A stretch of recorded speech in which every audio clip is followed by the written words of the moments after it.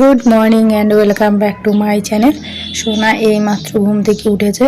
তোমরা হয়তো ভাববে এত গরমে আমি সোনাকে ফুল হাতা জামা কেন পরিয়ে রেখেছি। আসলে রাত্রেবেলা এসি চালাই, সেই জন্যই রাত্রেবেলা শোয়ানোর সময় সোনাকে ফুল হাতা জামা পরিয়ে দিই। আর এইমাত্র ঘুম থেকে উঠেছে, ওকে ব্রাশ করিয়ে মুখ ধুয়ে দিয়ে তারপরে জামাটা চেঞ্জ করে দেবো। যাই হোক, এদিকে সোনা তো নিজেই একা একা দাঁত মেজে নিয়েছে। এই প্রতিদিনই ও প্রথমে ব্রাশ করে, তারপরে আমি ওকে ব্রাশ করিয়ে দিয়ে মুখটা ধুয়ে দিই, কারণ ছোট মানুষ, ও ভালো করে ব্রাশ করতে পারে না। তবুও আর কি ঘুম থেকে উঠেই আগে আমার কাছে ব্রাশ চাইবে আর কি, একা একাই ব্রাশ চায়।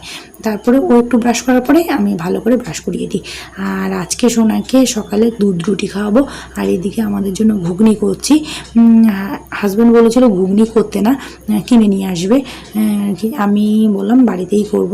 আর এদিকে আজকে সোনাকে প্রথম প্রথম রুটি খাওয়াচ্ছি আর কি। কালকেও খাওয়ানোর চেষ্টা করেছিলাম, ও তো খাইনি, সেই জন্য আজকেও আর কি রুটি দেবো। আজকেও অর্ধেক রুটি দেবো, কালকেও অর্ধেক রুটি দিয়েছিলাম, কারণ প্রথম প্রথম খেয়ে যদি হজম করতে না পারে সেই জন্য। যাই হোক, আর এদিকে আমাদের ঘুগনিও হয়ে গেছে। দেখো, দোকানের মতন একদম সুন্দর করে সাজিয়ে দিচ্ছি, আর দেখে মনে হচ্ছে যে ঘুগনিটা বেশ ভালোই হয়েছে। আর আমি একদম অল্প তেলে ঘুগনি রান্না করেছি, এমনিতেও তরকারি আর কি অল্প তেলেই রান্না করি। দেখো, দেখতে খুব সুন্দর হয়েছে না, একদম দোকানের মতো। আর হাজব্যান্ডকে আমি খেতে দিয়ে দিচ্ছি। আর এদিকে আমি মেয়ের জন্য রুটি রেডি করে নিয়েছি, দুধ রুটি মিক্সিতে দিয়ে ভালো করে দেখো পেস্ট করে নিয়েছি। আর একদম অল্প নিয়ে নিয়েছি। আমি নিজেও জানি না সোনাকে খাওয়াতে পারবো কি না। তোমরা তো জানো যে খাওয়া নিয়ে কতটা ও ঝামেলা করে। যাই হোক, আর আজকে দেখছি না একটু আর কি ঝামেলা কমই করছে। আসলে এই কদিন খাচ্ছে না ঠিক মতন, রাতেও খাইনি, খিদে রয়েছে মানে পেটে, সেই জন্য আজকে খুব একটা ঝামেলা করছে না। আর হাজব্যান্ড বললো যে ঘুগনিটা নাকি খুব ভালো হয়েছে। তোমাদেরকে আগেই বলেছিলাম যে আর কি দেখেই মনে হচ্ছে যে ঘুগনিটা ভালো হয়েছে। যাই হোক, আর আমি এমনিতেই ঘুগনি না ভালো রান্না করতে পারি। যাই হোক, একটু নিজের প্রশংসা করে দিলাম। না সত্যি, ঘুগনি, তারপরে মাংস, কিছু কিছু তরকারি আছে আমি খুব ভালো রান্না করতে পারি। আর কিছু কিছু আছে বাবারে, ওই আর কি তরকারিগুলো যেগুলো আমি রান্না করতে পারি না, সেগুলো আমার হাতে যে একবার খাবে সে সারা জীবনের মতন সেই তরকারি খাওয়া বন্ধ করে দেবে। যাই হোক, আর এদিকে সোনাকে খাইয়ে আমিও খেতে বসে গেছি। আর এই যে খেতে বসি, এখনই দেখবা ওই দেখো বলতে না বলতেই সোনা চলে এসে খেতে বসলে, আমি খেতে বসি আর ওর বাবা খেতে বসুক, কোলে এসে বসে থাকবে। ও কিন্তু একটুও খাবে না, কিন্তু কোলে বসে ও দুষ্টুমি করবে। আর এখন সোনার বাবা যাবে দোকানে, যেহেতু সোনা আমার কাছে চলে এসছে, বাবার কাছে থাকবে না, সেই জন্য বললো যে দোকান থেকে আর কি কিছু জিনিস লাগবে সেগুলো নিয়ে আসবে। আর দেখো আমার দুষ্টুটা দাঁড়িয়ে দাঁড়িয়ে কি লাফালাফি করছে, একবার বসবে একবার দাঁড়াবে, এরকমই দুষ্টুমি করে। দুষ্টুমিগুলো কিন্তু খারাপ লাগে না, বেশ ভালোই লাগে। আর বাবা চলে গেছে, একটুখানি কান্নাও করে নিয়েছে, বাবা যেতে নিলেই কান্না করবেই। আর এদিকে আমার খাওয়া হয়ে গেছে, জলটাও খেয়ে নিচ্ছি।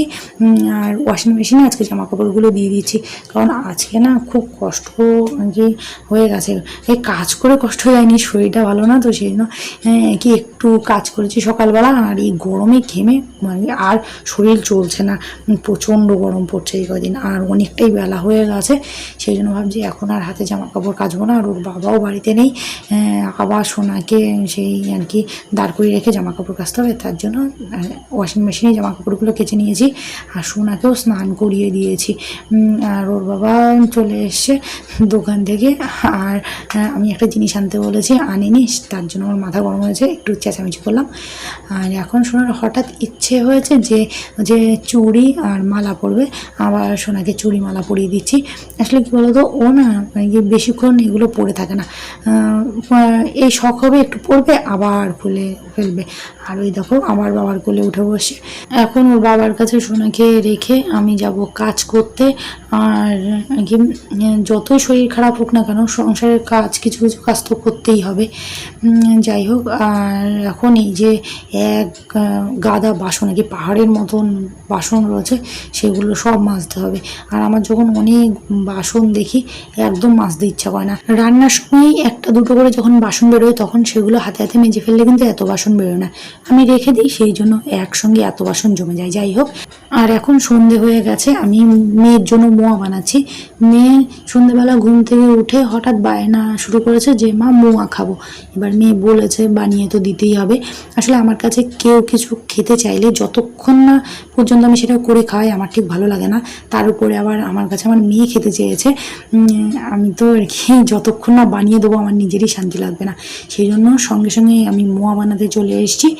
অল্প কটা মোয়া বানিয়েছি, আসলে খাবেই তো এই একটু অল্প, আর শুধু ওর জন্য বানালে তো হবে না, ওর বাবাও মোয়া ভালো খায়, তাই ওর বাবার জন্যও বানিয়ে নিয়েছি। যাই হোক, তোমরা দেখতেই পাচ্ছ 6খানা মোয়া বানিয়েছি ছোট ছোট। আর এই নিয়ে আমি দ্বিতীয় দিন মোয়া বানালাম। আর এই দেখো মোয়া খাচ্ছে, ও একটুখানি খেলেই আমার শান্তি। ও খেতে চেয়েছে, আমি ওকে বানিয়ে দিয়েছি, ও একটুখানি খেয়েছে, এটাই আমার শান্তি। যাই হোক, তো চলো আজকে আমার ভিডিওটা এই পর্যন্তই, তোমাদের সঙ্গে দেখা হবে আবার নেক্সট ভিডিওতে। তোমরা সবাই ভালো থেকো, বাই।